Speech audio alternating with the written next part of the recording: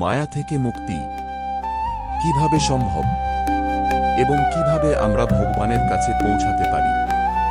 আজকের শ্লোক সেই গভীর রহস্য প্রকাশ করছে। শ্রীমদ্ভাগবতম প্রথম স্কন্ধ পঞ্চম অধ্যায় শ্লোক ৩১। যেনৈবাহং ভগবত বাসুদেবস্য বেদস মায়ানুভাবম্বিদং যেন গচ্ছন্তি তৎপদম ৩১। অনুবাদ: সেই গুহ্যতম জ্ঞানের প্রভাবে আমি সবকিছুর সৃষ্টিকর্তা, পালনকর্তা এবং ধ্বংসকর্তা পরমেশ্বর ভগবান শ্রীকৃষ্ণের শক্তির প্রভাব স্পষ্টভাবে হৃদয়ঙ্গম করতে পেরেছিলাম। তা জানার ফলে সহজেই তাঁর কাছে ফিরে যাওয়া যায় এবং তাঁর সাক্ষাৎ লাভ করা যায়। এই শ্লোকে নারদ মুনি গুহ্য জ্ঞানের প্রকৃত ফলাফল ব্যাখ্যা করছেন।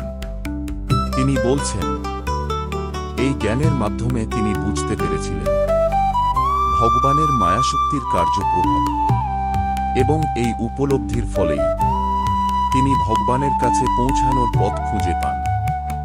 এই শ্লোক আমাদের শেখায়, প্রকৃত জ্ঞান আমাদের চোখ খুলে দেয়। এটি আমাদের মায়া থেকে মুক্ত করে এবং ভগবানের সান্নিধ্যে নিয়ে যায়। এভাবেই শ্রীমদ্ভাগবত আমাদের পথ দেখায়, জ্ঞান ও ভক্তির মাধ্যমে জীবনের সর্বোচ্চ লক্ষ্য অর্জন করতে। এমন আরও ভাগবত শ্লোক শুনতে লাইক, শেয়ার এবং সাবস্ক্রাইব করতে ভুলবেন না। হরে কৃষ্ণ।